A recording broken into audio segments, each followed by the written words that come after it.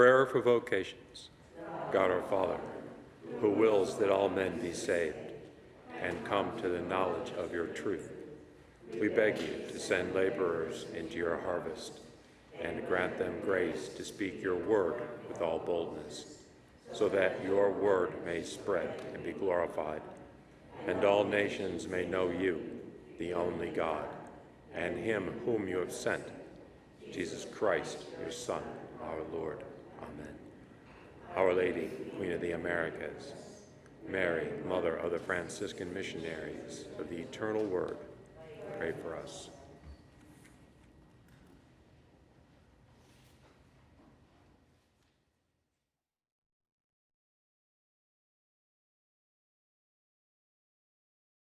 Hello, I'm Montse Alvarado, and this is EWTN News In Depth. We ought to care for the clergy, and we cannot simply change parishes, looking for one where everything runs perfectly. A German father raising his family by the tenets of the Catholic Church speaks out as many German bishops defy Catholic Church teaching. What an apparent clergy revolt could mean as its influence spreads around the globe. The impact on the Church Universal, next. Tonight, I come to talk about crisis and opportunity. The President of the United States delivers his first joint address to Congress, analysis from a religious perspective.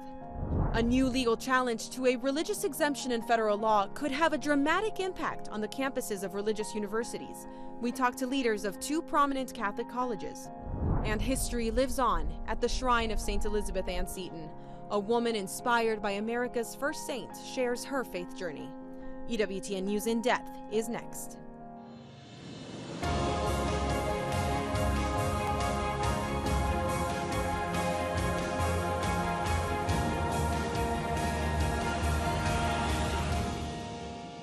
The Declaration of the Congregation for the Doctrine of the Faith wasn't anything new.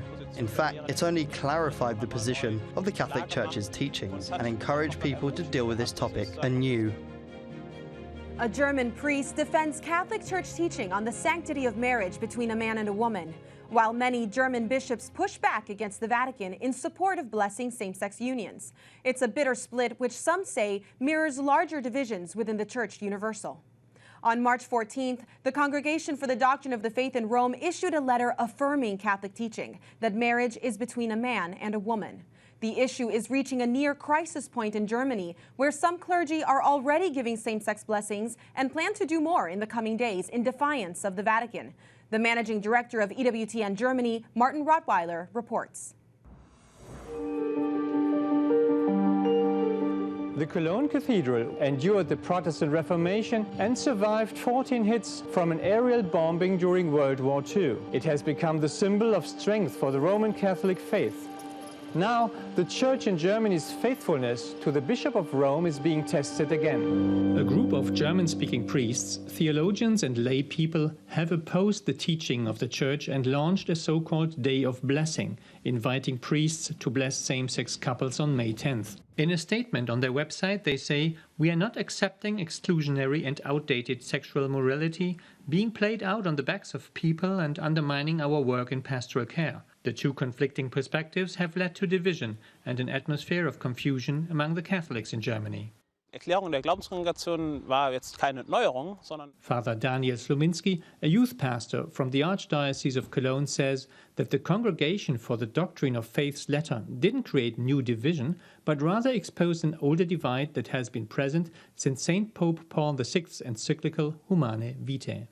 die Spaltung oder diese The split or the schism has become more and more apparent, which means for us that we have to rely even more on the catechism. einfach das Verständnis. Father Sluminski says that some see the Church's teaching as something negative. He's working to show the beauty and importance of the catechism for young people. Sexualmoral der katholischen Kirche und die The Catholic Church's teaching on sexual morality and human love is a beautiful gospel. It shows people the way. It is like traffic signals, rules of the road, which can restrict and give warnings. But it is not discrimination. Es ist keine Diskriminierung.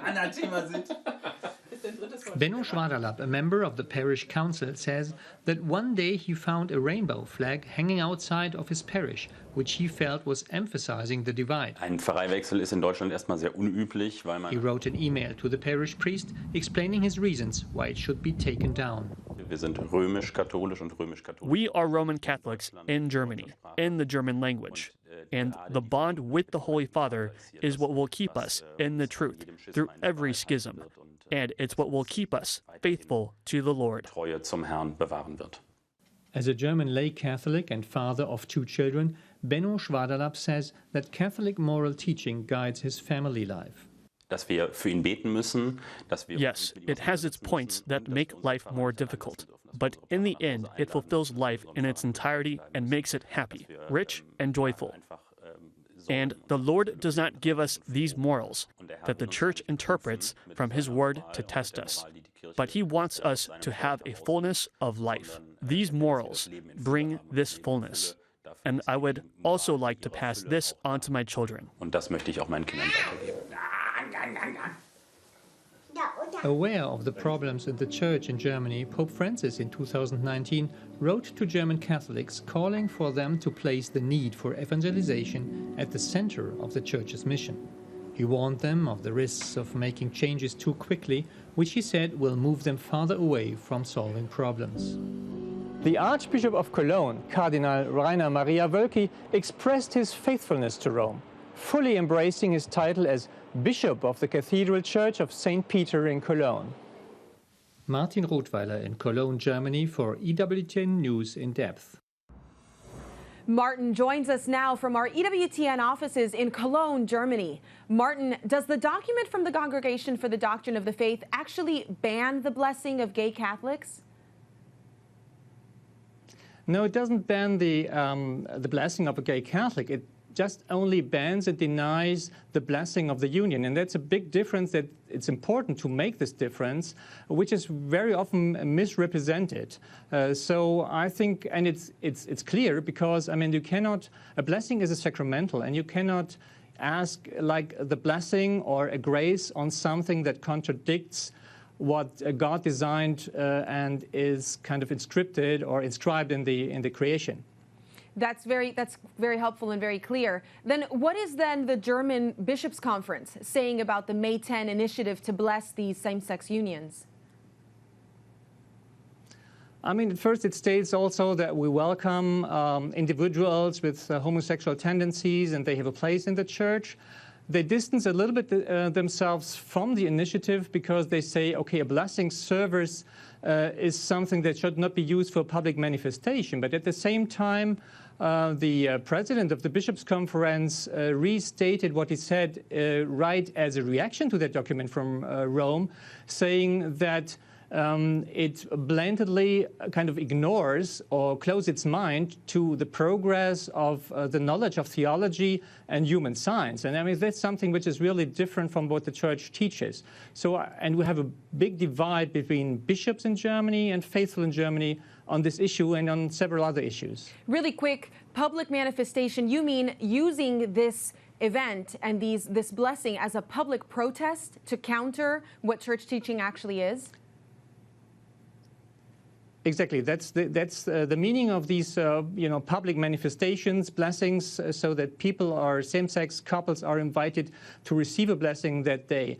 And I think Bishop Oster, I mean, there are bishops naturally who are totally against that, like Bishop Oster, and he criticizes the lack of respect regarding the magisterium. And I think he quotes Chesterton in a very nice way, this bishop, and he says, okay, Chesterton said, I don't need a church that tells me what I'm not allowed to do, which is wrong, which I know that is wrong, but I need a church that tells me what is wrong if I think it's right.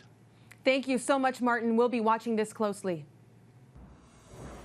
As we've discussed, the controversial moves by church leaders in Germany stand in direct opposition to Catholic teaching. These stances have been bubbling through a series of conferences in the Catholic Church in Germany that church leaders there are calling the synodal way or synodal path.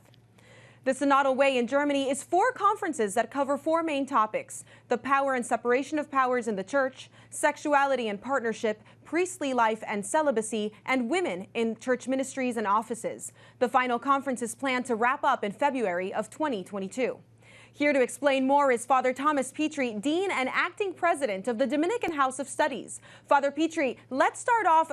Tell us the difference between what the Germans claim is the synodal path and what Pope Francis is asking the bishops to do. Because what the Germans are doing is not a real synodal path according to Pope Francis, right? That's right. It seems that way. That seems to be the indication that we've been getting from the Holy Father. I think of his 2019 letter to the German Catholics. Synods were initially gatherings of churches in dioceses or local regions to address, more often than not, historically, theological issues and real theological debates. Whereas what seems to be happening in Germany is more of a Reformation sort of synod or a synodal way that is looking to reform various structures of the church.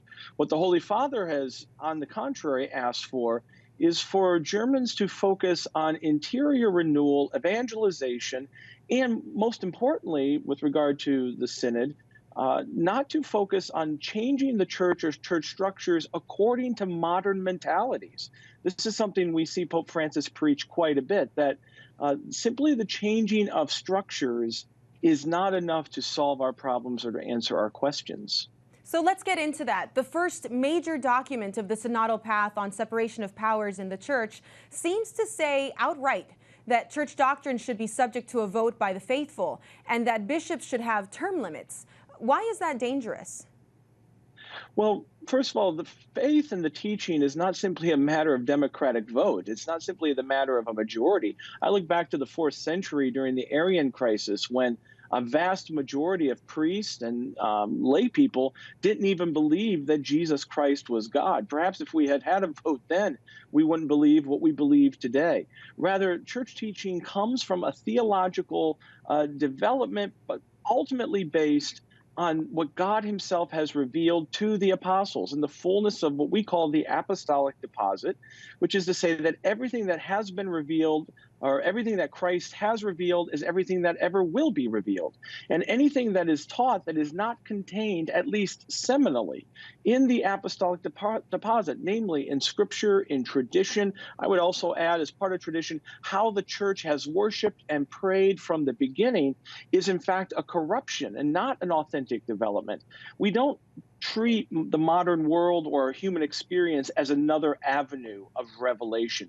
Rather, it's our experiences and our lives that have to be configured to revelation, not the other way around, if that makes any sense. It makes perfect sense. And let's get into the apostolic deposit then, the roots of this current controversy about marriage. Where does church teaching on same-sex unions come from? And why can the church not bless these unions, but can bless the individuals?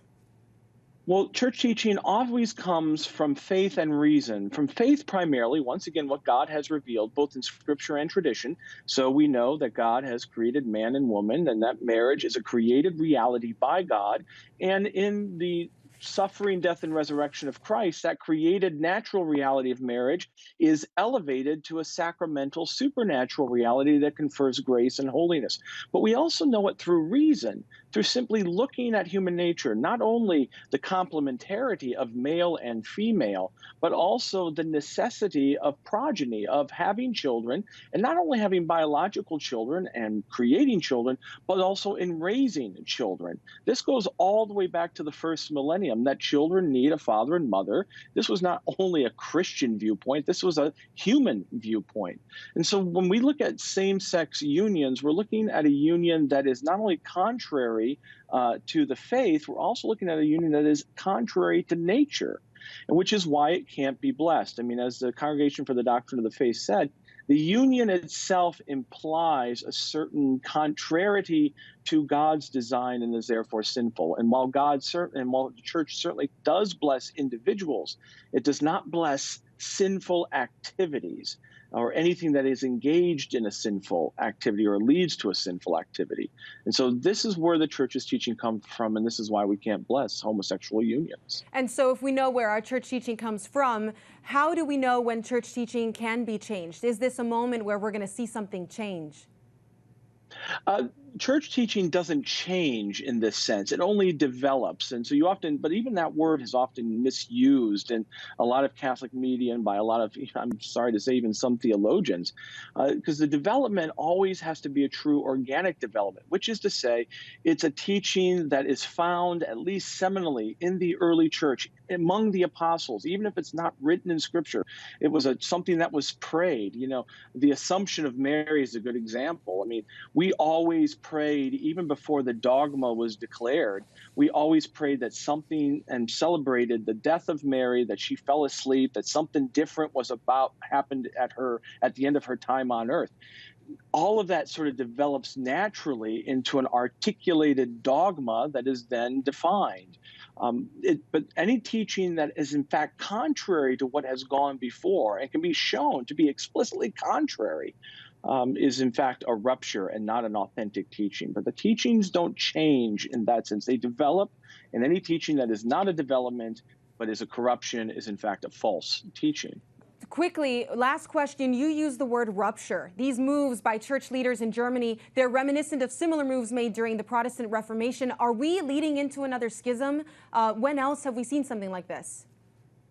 Well, one hopes not. I mean, schisms have happened even since the Protestant Reformation. I think about the Feeneyite schism in America, suggesting, in which a group of people believed that salvation outside the church was literal. We had to they had to be reconciled. Schisms happen all the time or frequently. Is Germany leading to schism? I can't say on that. That's really, it seems the Holy Father is doing everything he can to challenge the German Catholics, German bishops, and the lay faithful to stay true to the universal church. And I'm edified that the president of the German Bishops' Conference, even though he's leading the synodal path, he has insisted that Germany will always be part of the universal church. That gives me hope that when push comes to shove, there would not be a schism, but this is only by God's grace. It gives us hope for our brothers and sisters in Germany. Thank you, Father Petri. We'll likely reach out to you again once the last conference of the Synodal Way happens to get your input. What does all of this mean for the Catholic Church in America? And what impact do these challenges have for the Church Universal? We'll bring that home next. If this lawsuit were successful, those schools simply could not enforce those codes of conduct any longer. And later, the potential blow to religious campuses on their teaching about marriage and the family if a legal challenge to Title IX succeeds. Don't make your faith just on Sundays. Live it every day. And we introduce you to a woman living her faith in the model of St. Elizabeth Ann Seton. EWTN News In Depth is coming right back.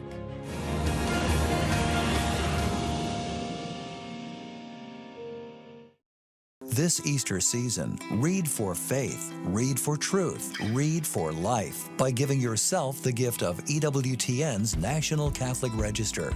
Easter inaugurates a joyous season of hope and renewal that brings us closer to God.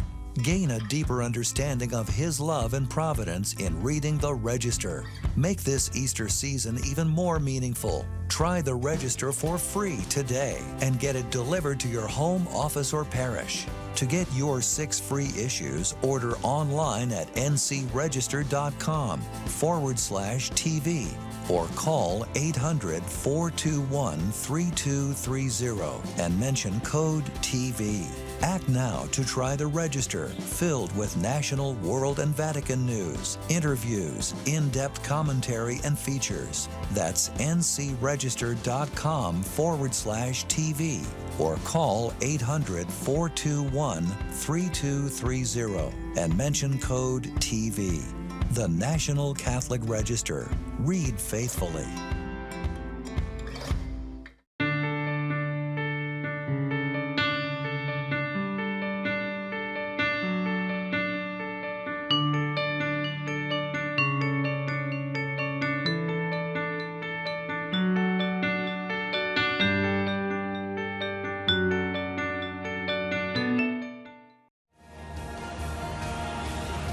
Welcome back to EWTN News In Depth. I'm Montse Alvarado. We continue our coverage on the controversial moves by church leaders in Germany to bless same-sex unions and its many implications.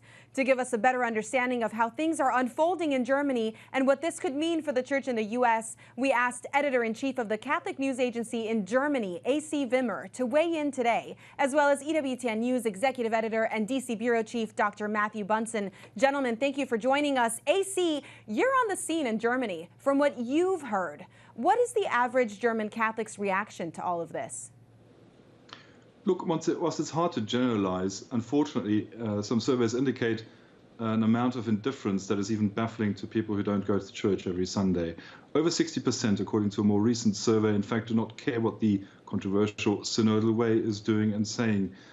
If you ask practicing Catholics, though, on an anecdotal level, I think you'll find that a few of them are very concerned, in particular the fear that there might be a schism or something like that happening here in Germany. And the composition of the church is increasingly migrant, right? So does this synodal way reflect their interests and concerns? The question of inclusivity is one that's burning, as people have acknowledged, in particular on the Central Committee of Lay Catholics, which plays a really crucial role on the synodal way. But are they adequately reflected? I doubt it, and I think a lot of observers do. Dr. Bunson, let's talk about the global church. What do the organizers of this synodal path plan to do when they're done? Is this only about the church in Germany? Well, that's exactly right. From the very beginning of this discussion, and now we're into this synodal way in Germany, one of the questions that has been asked is it simply going to stay in Germany? The phrase that was used, in fact, by Michael Warsaw in the recent publisher's note to the National Catholic Register is he describes it as a kind of theological virus. And so it is very likely that the results of these votes that they're going to be taking on church teaching as part of this synodal discussion in Germany they're going to be sent out across the world with the very clear aim of not just influencing national churches, but diocesan synods to sort of embrace this model of bringing in liberal democracy into the life of the church. But then I think we're also seeing their effort here to sort of tee up to influence the Synod of Bishops in October of 2022 that Pope Francis is convoking on a synod on synodality. So I think this has very wide ramifications. And so how is this going to impact the Church of the United States specifically? Well, when we began looking at the many details that were being discussed among the Germans for the synodal way, it was a kind of checklist of so many of the things that progressive Catholics have wanted for a number of decades. We think of the recent passing of the theologian Hans Kung, the Swiss theologian. These are things that he has been advocating or was advocating for a very long time. So what the synodal path is very likely to do, with the real encouragement of the Central Committee of Catholics and the German synodal process, is to encourage Catholics here in the United States who want progressive changes, who want to unravel church teaching in a host of different ways. We're talking about human sexuality, we're talking about authority in the church, the ordination of women, that they want this to be the blueprint for what can happen here in the United States. And this is something I think that many German bishops are leery of, and certainly the U.S. bishops should be very concerned about as well. Hans's legacy is one of great controversy going against many parts of church teaching. AC, is this something where you see the elite or the leadership of the church kind of casting out the desires and the beliefs of the people on the ground? Certainly, Montse. I think those questions that were brought up by Father Kung, by others that are now being discussed in the synodal way, are exactly the topics that will be purportedly also, as Dr. Bunson has said, distributed amongst the wider universal church. The elephant in the room here, of course, is the question of whether there is a schismatic tendency here or a real sort of disobedience of the Holy Father, which might be one qualification of it. And that's something we have yet to see. We have yet to see an actual response from Rome that goes beyond the rather serious, though I might add, interventions that both the Holy Father and several dicasteries have communicated rather clearly to Germany. And Matthew, I'll ask you this about the U.S. and AC, I'll ask you about Germany. Is this something where the legalization of same-sex marriage throughout the world, we saw it in Canada first, then here in the U.S., where the secular governments are driving a change in church teaching? Well, we're certainly seeing the influence of the world in the thinking of many of the theologians who are being used for the synodal path. We're seeing a similar approach. It is the embrace of liberal democracy, as I was saying. It is the secular idea of same-sex marriage and a host of other things, including, we have to point out, abortion, contraception, euthanasia, all finding their way into key discussions, not just in Germany, but also in many theologates or many theological programs here in the United States. Bishops, again, are concerned about this, and I know the Holy Father is as well. He has spoken out very clearly, trying to divert this path on the part of the Germans, but this is something that he's going to have to weigh in again in dealing with this. AC, do you feel the same way? Couldn't agree more, to be frank. I think the other point to add is there is a certain element of financial issues here. The church in Germany, as I'm sure most of your viewers will know, is rather rich when it comes to material goods, thanks to the church tax being levied on people who are Catholic. And the reason for that is historical and is now up for discussion, as is the income that's connected to that. And a lot of the bishops and the further administration around them is worried that they might be seeing a loss of those funds if they do not embrace all those secular agendas, including a kind of homosexual marriage and things like that. That is a very, very good note to end on. We'll be watching that carefully, as well as an upcoming segment on Vatican finances in the coming weeks. Thank you so much, gentlemen, for joining us. The top headlines next in the Week in Review. American tax dollars are going to be used to buy American products made in America to create American jobs. That's the way it's supposed to be, and it will be in this administration. The president is also abandoning principles he's held for decades. Now he says your tax dollars should fund abortions. He's laying groundwork to pack the Supreme Court. A country divided. Can the Democrats and Republicans come together? A faith response to the president's address to the joint session of Congress, next.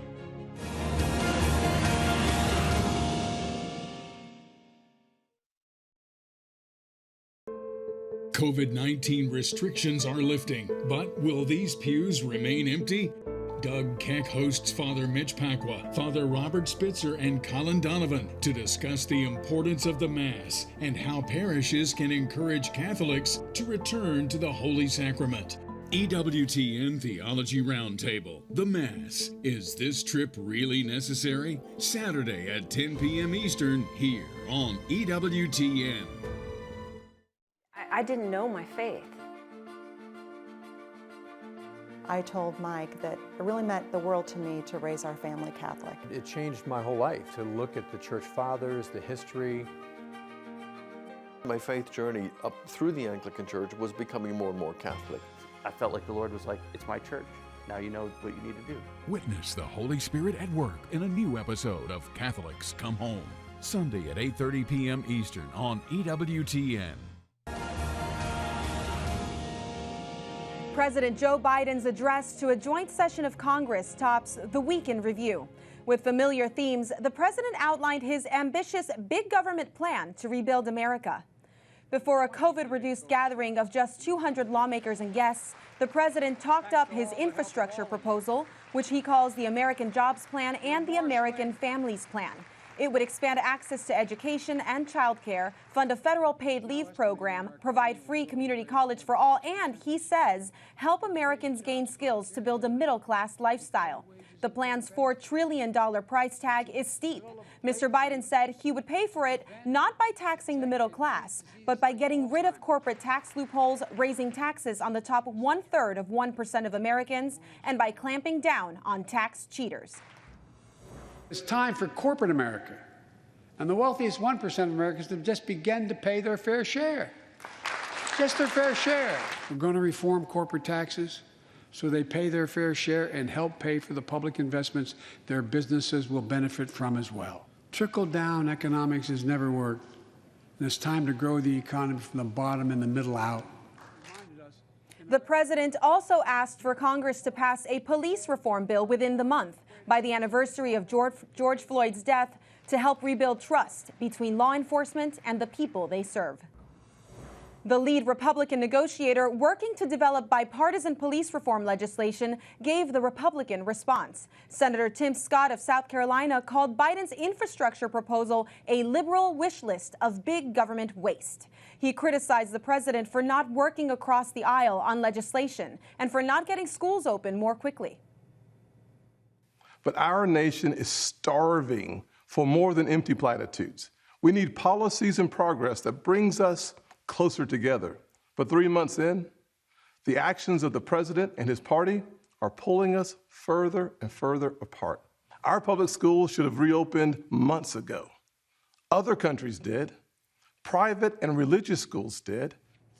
Scott said that failure is a clear argument for school choice, and he said that nowhere does America need common ground more than in our discussions about race and healing. We also wanted to hear how Democrats are reacting to President Biden's address. For that, we reached out to senior pastor at the Chicago Embassy Church Network, Chris Butler, who just announced his run for Congress as a Democrat in Illinois. Pastor Chris, thank you so much for being with us. Senator Tim Scott opened his response to the president's speech, claiming the Biden administration's policies are pulling us further apart. What was your reaction to that? You know, I don't know that it's so much that the policies are pulling us apart. I think that a lot of the policies that we heard are vastly popular, you know, when you talk to Democrats, independents, and Republicans. But we do need to begin to move toward a more unified conversation. And just like the president talked about, top-down economics are not going to work. Top-down coalition building is not going to work. We need folks at every level, from the grassroots to the Congress and up to the White House, that are going to get together, refuse to demonize each other, and really try to build coalition. He also mentioned a litany of bills, including the Equality Act, which I know you've done a lot of work on, which could impact religious colleges and ministries such as the one that you work in. Mm-hmm. How should people of faith think about or approach the Equality Act? You know, it's very unfortunate that our party continues to set up a false choice on this issue. It's not like you only have one way forward on this. There is a bill that is the result of the kind of compromise that we all want to see. It's called Fairness for All. It would protect LGBT folks and give them the extension of civil rights that we're looking for, while maintaining and protecting communities of faith and giving folks the freedom to believe in this country. So this is a false binary that we're setting up when we say Equality Act or nothing. We can come together and get this done. And is it just the freedom to believe, or is it the freedom to form, to act, and to do things in your community? Yeah, I mean, I think that, you know, for so many folks like myself all over this country, there is no separation between those two things. And that's why it's so important that we find a real way forward here. Because if you tell me that I can't form, that I can't worship, that I can't serve the community, that I can't study at a faith university, then that's actually hampering my freedom to believe, because you can't separate my faith from those actions. You know, the scriptures tell us that, show me your faith without actions, and I'm going to show you my faith by what I do. Do you see, on another issue, the issue of justice and police reform, do you see a path forward with what Senator Tim Scott said and what the Biden administration wants to do? Listen, here's what I know, is that we have to find in communities all over this country, like this outside of Chicago where I'm from, we have to find a way for communities to heal. And that means that folks who serve these communities in law enforcement and the community members themselves have to find a way to come together. We have to do that. I think we can do that if we refuse to demonize folks who may not see things just the way that we do, and really get in the room and start having real conversation. Really quick, as a pastor, do you feel particularly called to lead that conversation? I do. Pastor, I think conversations around healing is something that I'm called to lead. And as somebody who's been working on issues of justice since I was 12 years old, I feel called in that way also to help lead on these issues. And I've been doing that. I mean, we've worked together with law enforcement before to create community-based safety strategies and public safety strategies. And I think that we can do that at scale if we just have leadership at every level of government that refuses to play the game of division and demonization that really just leaves us stuck at the status quo. Thank you so much, Pastor Chris. We'll be watching your candidacy. Thank you. Pope Francis has named a new bishop for President Biden's hometown diocese, the Diocese of Wilmington, Delaware.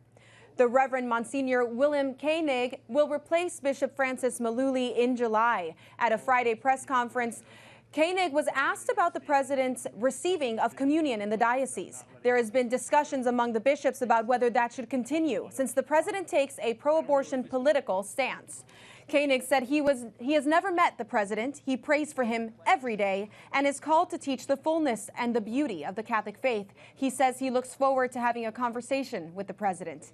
EWTN News In Depth will be keeping an eye on the latest developments. The political landscape is changing for both Democrats and Republicans alike as the results of the 2020 census are released. New numbers equal redistricting. The population grew at the smallest rate since the 1930s, and the census shows white Americans are aging and having fewer children. The most growth is in communities of color. That translates into changes in the number of seats in the U.S. House of Representatives. The states in green are all adding one member. Texas gets 2 more, while the states in red are each losing 1 representative. The shift is expected to benefit Republicans. Census totals will also allow states to draw new district boundaries, also a net plus for Republicans. The U.S. has formally recognized the first mass killing of the 20th century as genocide. Last Saturday, Armenian leaders observed Genocide Remembrance Day, marking the beginning of the killings during World War I of 1.5 million Armenians at the hands of the Ottoman Turks. Turkey, the modern-day successor of the Ottoman Empire, has long denied the killings were part of a plan to erase the Armenian population. But President Biden became the first U.S. leader to risk alienating Turkey when he formally joined 30 other countries in acknowledging the atrocities. Record numbers of COVID deaths are devastating India as a second wave of coronavirus has swept through the country. Cremation is an important part of the Hindu funeral rite, and crematoriums are having great difficulty meeting the demand.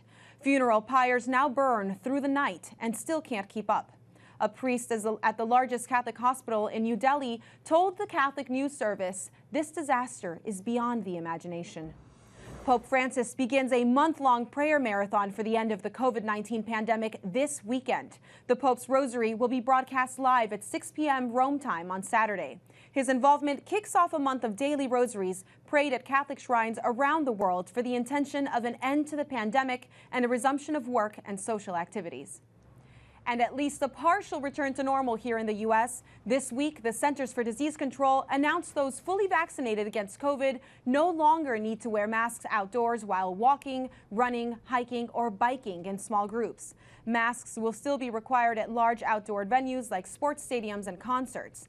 The CDC said fully vaccinated people wearing masks may also resume many indoor activities, including safely attending inside worship services.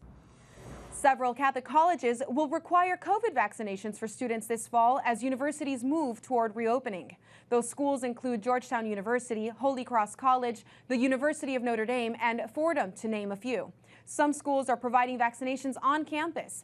Campus leaders say most students have indicated they're on board with receiving the shot. Catholic universities and other religious schools face a legal challenge from the LGBTQ community. When we come back, we'll explain and talk to the presidents of 2 Catholic colleges to figure out what that could mean for Catholic education and college life.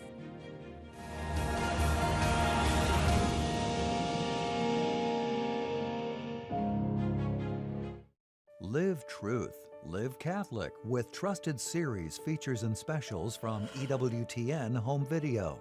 The EWTN Home Video highlight for April is Hope to Die. Dr. Scott Hahn and Rob Corzine explore Catholic teaching on death and the resurrection of the body, helping us to look forward with hope to eternal life with God. He eats my flesh and drinks my blood. I will raise you up on the last day. We're going to get bodies back, the likes of which we never imagined, but this is not plan B. This is plan A. This is what God had in mind from the very beginning and what Christ himself has restored. And why it is Hope to Die is not some kind of morbid thing. It really is a sacred hope. Order your DVD set at EWTNRC.com 24 hours a day, 7 days a week, or call 1-800-854-6316. The U.S. Department of Education's Office for Civil Rights has announced a comprehensive review of its Title IX regulations. It's part of a Biden administration plan to eliminate gender-based discrimination in higher education. At the same time, a lawsuit has been filed challenging a Title IX religious exemption. All of this activity has religious-based colleges and universities on alert. Reporter Kate Scanlon explains. What's going to be coming forward is still, I think, very much an unknown. Title IX of the Education Amendments of 1972 prohibits federally funded colleges from discriminating against students on the basis of sex. The provision was designed to correct inequalities in women's athletics, but applies to other areas of student life as well, such as codes of conduct. Attorney Farnaz Thompson explains that there is an exemption to Title IX for religious institutions. Those educational institutions don't have to comply with Title IX to the extent that the organization's religious tenets conflict with Title IX. But the exemption has recently come under fire. A group called the Religious Exemption Accountability Project filed a federal lawsuit against the U.S. Department of Education, alleging that students at more than 20 schools face discrimination on the basis of their sexual orientation or gender identity. All of the schools named in the suit are associated with evangelical denominations or the Church of Jesus Christ of Latter-day Saints. None are Catholic. The class action lawsuit states that LGBT students at religious colleges experience higher rates of harassment, bullying, depression, and violence than their peers. The lawsuit asks the court to declare the exemption unconstitutional in its entirety. Ryan Bangert of Alliance Defending Freedom says the lawsuit could have a dramatic impact on religious schools. These schools have historically required their students to follow codes of conduct, and those codes of conduct have been informed by those schools' faith. Those codes of conduct, Bangert says, often prohibit sex outside of a traditional marriage. This lawsuit seeks to make the mere act of following that historical understanding an act of illegal discrimination. ADF filed a motion to intervene in the lawsuit on behalf of 3 Christian schools seeking to defend the exemption. Belmont Abbey College, a Catholic school in North Carolina, is not named in the lawsuit, but it does have a religious exemption. Its president, Dr. William Thielfelder, says that exemption is necessary. We can't go there. We're not going to go there. And so we would be in a hard situation. We'd have the federal government telling us we need to do it. We'd be saying we can't based on our deeply held religious convictions and beliefs. He says the exemption helps religious colleges authentically practice their faith. And if the lawsuit is successful, Belmont Abbey would likely end up in court. We do stand for something. We have a reason why we stand for it, and that we have these, again, deeply held religious convictions and beliefs. And we're happy to express that and discuss that with anybody that would like to. Thompson says that as the lawsuit progresses, religious colleges should clearly communicate their policies and make sure they apply them evenly. So, for example, if a religious school is going to prohibit extramarital sex, then that religious school should treat homosexual extramarital sex the same as heterosexual extramarital sex.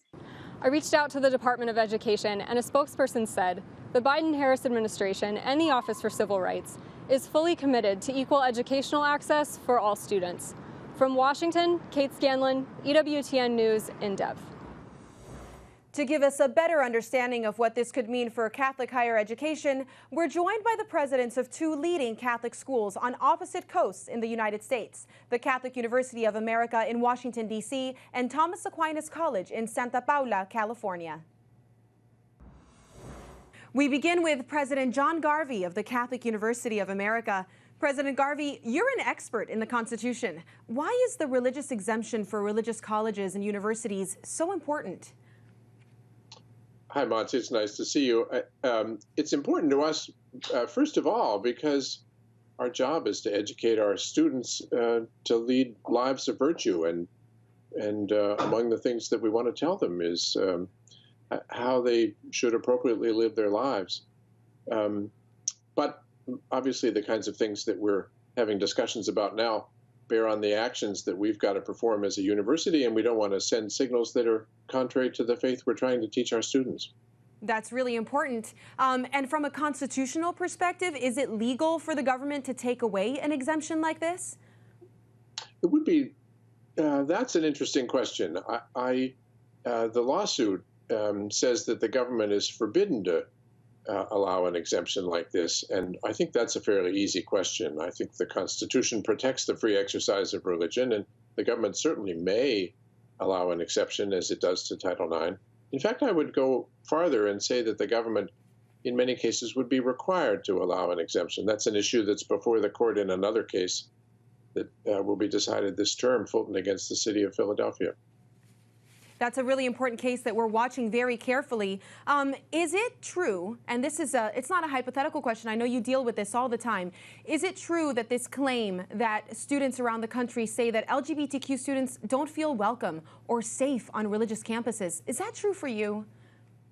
I don't believe it is. It's an empirical question, of course, and it's important for us at Catholic University to send the kinds of messages, to do the sort of teaching that we're doing here consistent with what the Catholic Church teaches. And the Church teaches that discrimination against gays and lesbians is wrong for all of us. And so I think on our campus, when we ask students to come as freshmen, we have a sort of pledge that the freshmen take that they won't discriminate against others on campus, including people on account of their sexual orientation.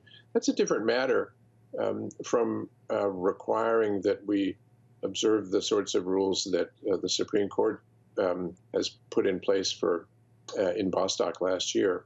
I mean, for example, we don't want to have men living in the same rooms as young women. We don't want to have biological males playing on our female sports teams. We don't want to be the ones who are through our health plan paying for gender transition surgery. There are actions that we ourselves wouldn't take, but that's a different thing from discriminating against our students, and we want to send the message that all our students are children of God and welcome here.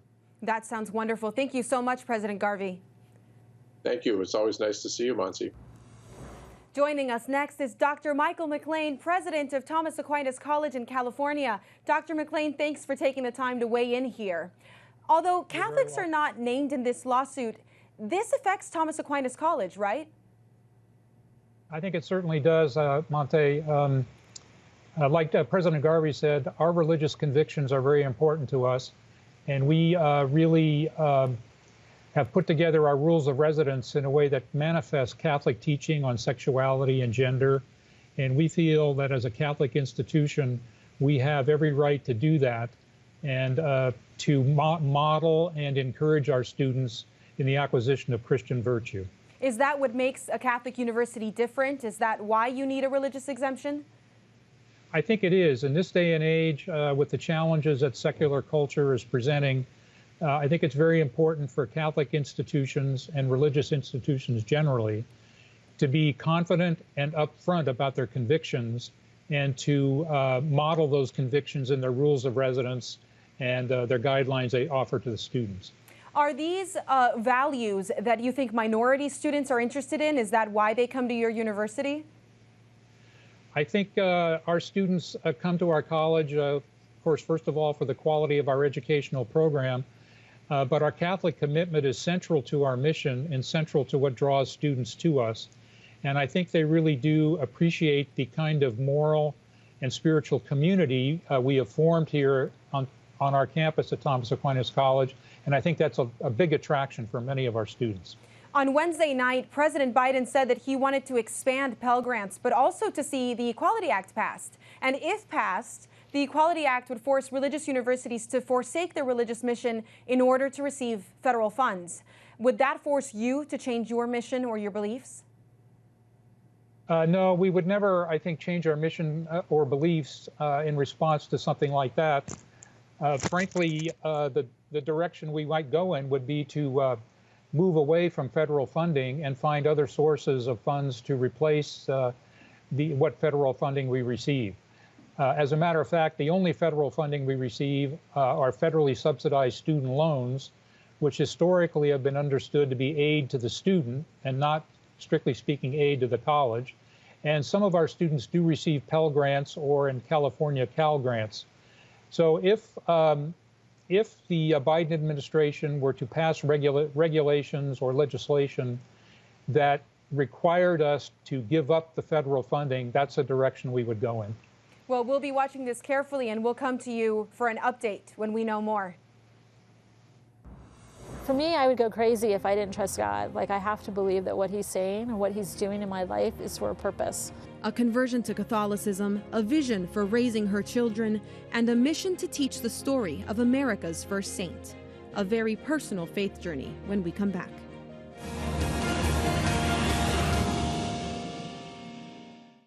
Next time on EWTN Pro-Life Weekly, we take a look at President Biden's actions on abortion during his first 100 days in office. Don't miss our interview with former Congressman Dan Lipinski, who shares his perspective as a Catholic and pro-life Democrat. That's next time on EWTN Pro-Life Weekly, Sunday, 10:30 a.m. Eastern. All people are called to communion with Christ in the church that he founded. People really gravitate to David Anders and his concern for the callers. That's not just talk, he really means it. Tom and I are both converts. We've walked that path and we try to walk it with the listeners at whatever stage of the journey they're on. From EWTN Global Catholic Radio, the television broadcast that is breaking down barriers with the truth. Called to Communion with Dr. David Anders, Saturday at 4 p.m. Eastern on EWTN.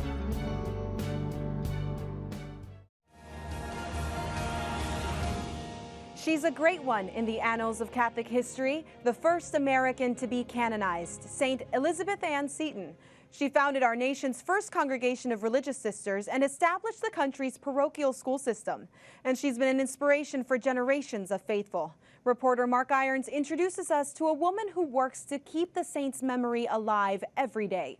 He takes us to Emmitsburg, Maryland, where she shared her faith journey in depth. Untying her own history, Lisa Donahue says letter writing leaves a precious record of the correspondence between her family and friends. It just makes me remember how much I love those people. Lisa has been writing to loved ones for years, but the practice took on new meaning when she began learning more about St. Elizabeth Ann Seton. She wrote letters all the time. Seton was the first American to be canonized a saint. She founded the Sisters of Charity in 1809. They began their missionary work here in Emmitsburg, Maryland, where Lisa works at the National Shrine of St. Elizabeth Ann Seton, educating visitors about the life of Mother Seton, who in turn has taught her. She lived every day. She had the anxieties and the fears and the grief and all of those things, and she survived it. That speaks to Lisa, who has overcome a lot in her own life. She didn't grow up in a religious household. There was family tension, and Lisa describes her childhood as toxic. I was very shy, and I didn't have that place of peace. But in high school, friends invited Lisa to Mass. She began to feel at home in the Catholic Church, and she eventually converted. I started down that road to become Catholic, and that's when I met my husband, who comes from this great Catholic family, and I was just able to fit right into that. It was Lisa's mother-in-law who provided a piece of advice that has stuck with her for years. Don't make your faith just on Sundays. Live it every day. She's carried that into her own family life. So for my kids, I've just tried to always teach them to be good people. So we started very young with them helping at the church and helping other people and always trying to put other people first. Everybody up, up, up, up. At the National Shrine, Lisa teaches girls about St. Elizabeth Ann Seton and life in the early 19th century as part of a living history program. She's really easy to talk to. She's taught us everything we know. And Lisa keeps learning lessons in faith from the saint she looks up to as her own children become adults. That's another way I think I relate to Mother Seton. You know, she worried about her son William going in the Navy and not keeping the faith, but you just kind of sometimes have to trust God, and I'm trying really hard to do that. Living Catholic for Lisa means communicating care for others every day, spreading the faith, and believing when life is difficult, God has a purpose. Sometimes we have to go through the tough things to learn a lesson, because we just won't learn it otherwise. Lessons from the past can provide comfort, and Lisa says she finds a source of peace here on the cemetery grounds at the Elizabeth Ann Seton National Shrine, learning about the lives of those who lived the faith before her. They have the same issues that we have today. They're dealing with life and death. They're dealing with money issues and problems with family members and children or spouses or whatever, and they're making it through. Mark Irons, EWTN News in Depth. Thank you, Lisa, for trusting us with your story. And now we're excited to share our image of the week with our first photo submission from you, our viewers. More than 130 years ago, the Great Flood of Johnstown, Pennsylvania killed more than 2,000 people. It wiped out homes, businesses, and churches and caused millions of dollars in property damage. This Marian statue miraculously survived, despite the church around it being badly damaged. The statue of the Blessed Virgin remained undisturbed, though marks on the church walls show the water level rose above the statue. Parishioners who saw the Mother Mary statue amid the devastation and rubble were convinced it was saved by a miracle. She now stands as a sign of resilience and hope at Resurrection Roman Catholic Church in Johnstown. Thanks to Steve Riesbeck, who sent us that picture depicting a statue that is very important to the members of his parish. Now, we want to see more Catholic images from around the country that touch your life. So send an email and attach either still photography or video to indepth@EWTN News. You can also submit your images via Facebook Messenger or Twitter direct message. And remember, there's lots more to see from EWTN News in Depth. We invite you to follow us on Facebook, Twitter, and Instagram. I'm Montse Alvarado, and thank you for watching EWTN News in Depth. Next week, a special tribute to mothers in all forms as we celebrate Mother's Day weekend. See you then, same time next week.